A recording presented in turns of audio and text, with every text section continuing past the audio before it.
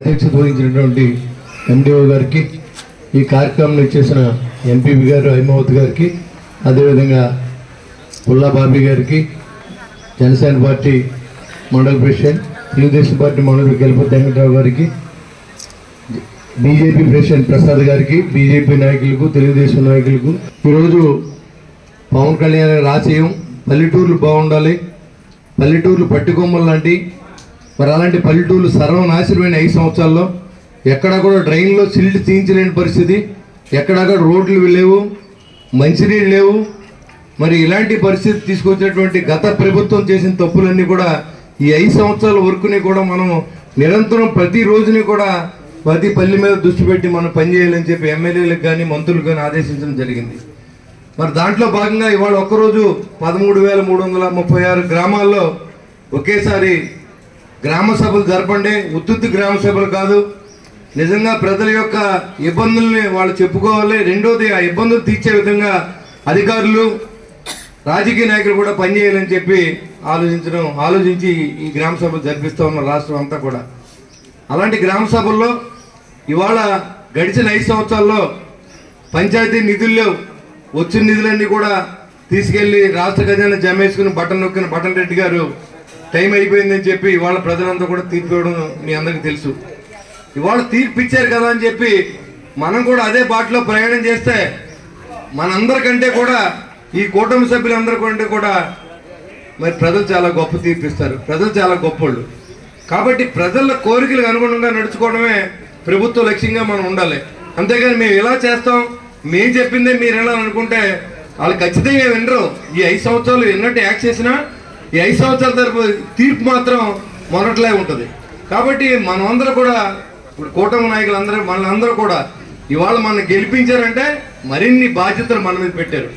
అంతేగాని మనం ఎవరు గొప్ప తేల్చుకోవాలనుకుంటే ప్రజలే గొప్పలు మనకంటే.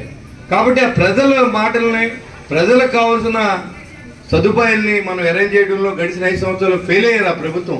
అలాంటి పరిస్థితి రాకుండా ముందు రోజు నుంచి కూడా ఈ కూటమి ప్రభుత్వం ప్రజల్లో ఉంది, నాయకులు ప్రజల్లో ఉన్నారు, గ్రామస్థాయి నాయకులు కూలి పని చేస్తూ ఉన్నారు. చాలా సంతోషం. అందరూ కూడా కష్టపడినప్పుడే ఆ పార్టీకి మంచి పేరు వస్తుంది, ఆ ప్రభుత్వానికి మంచి పేరు వస్తుంది. వాళ్ళతో పాటు అధికారులు కూడా కలిసి మరి మమేకమై ఈ ప్రాంతాలను అభివృద్ధి చేసుకోవాల్సిన అవసరం ఉంది. మరి జగనన్న కాలనీ అని పేరు పెట్టుకున్నటువంటి జగన్మోహన్ రెడ్డి గారు ఇచ్చిన కాలనీకే కనీస సౌకర్యాలు ఇవ్వలేని పరిస్థితిలో ఆ ప్రభుత్వం నడిచిందంటే సిగ్గుచేటు. ఎక్కడికి వెళ్ళినా కూడా ఇక్కడ కాలు పెడితే చివరికి వెళ్ళిపోతాం నడవకుండానే.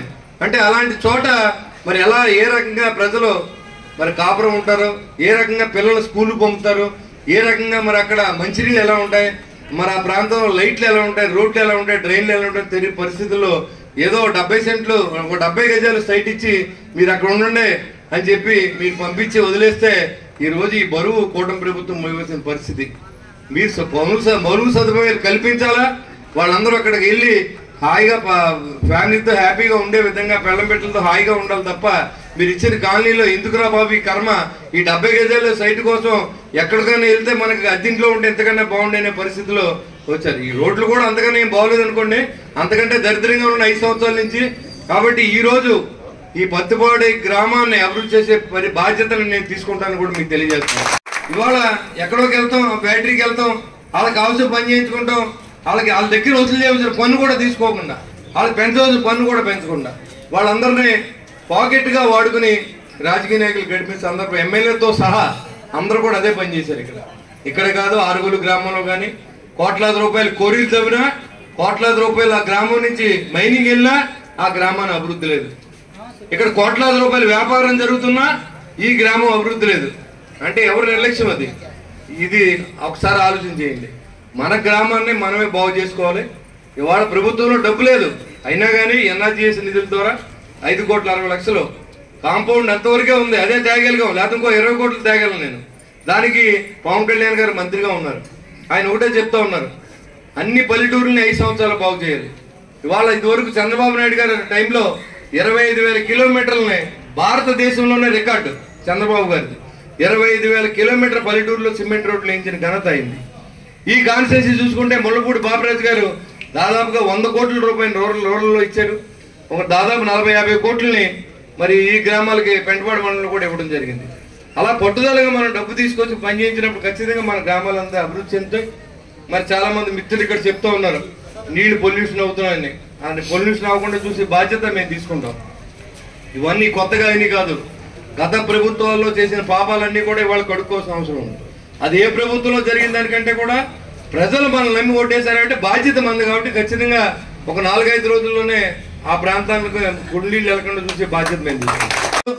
ఉన్న ఒక ఎమ్మెల్యే మీరు లాక్కున్నారు, ఇతనే పార్టీని నడుపుతాడని చెప్పినటువంటి ఆ వ్యక్తి లేకపోతే ఇవాళ కేంద్ర రాష్ట్ర ప్రభుత్వాలు ప్రభుత్వం లేదని కూడా నేను తెలియజేస్తాను.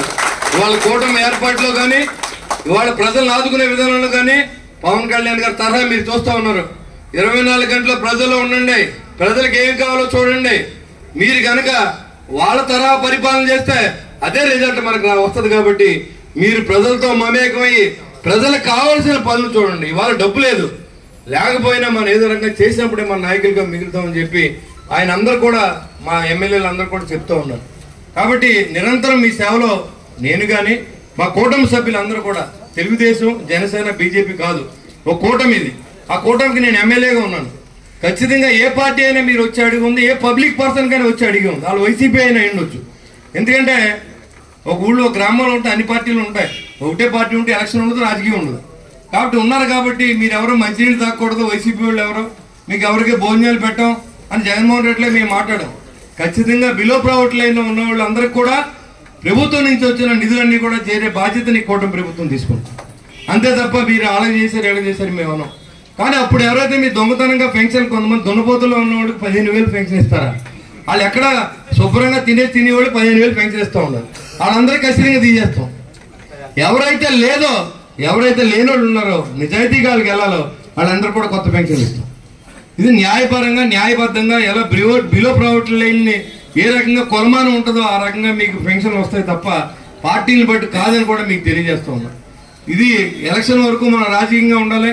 ఎలక్షన్ అయిన తర్వాత ఆ గ్రామంలో నాయకులు అభివృద్ధి చేసినప్పుడు ఇక్కడ నాయకులు కూడా సహకరించాలి. అంతేగాని మేము వైసీపీ ప్రభుత్వం కాబట్టి మేము సహకరించాం, ఏళ్ల మీద ఎదురు తిరుగుతాం అనే పరిస్థితి ఉంటే మీకు ఎప్పటికీ మీలో మార్పు లేనట్టే. ఆ పాపంలో మీరు కూడా భాగస్తులే కాబట్టి మీకు మీ మీద కూడా కర్మ వదలని కూడా నేను తెలియజేస్తా ఉన్నాను. కాబట్టి దయతో అందరూ ఆలోచన చేయండి. పత్తిపాటి గ్రామాన్ని డెవలప్ చేసుకుందాం. అన్ని పార్టీలు, అన్ని కులాలు, అన్ని మతాలు కలిసి పనిచేద్దాం. మీకు ఏ ఇబ్బంది ఉన్నా మీకు అండదండగా నేను ఉంటాను. ఇవాళ డబ్బులు ఉంటాం లేకపోయినా మీ అన్ని రోడ్లని కూడా అన్ని ప్యాచ్ వర్క్లు చేస్తూ ఉన్నాం.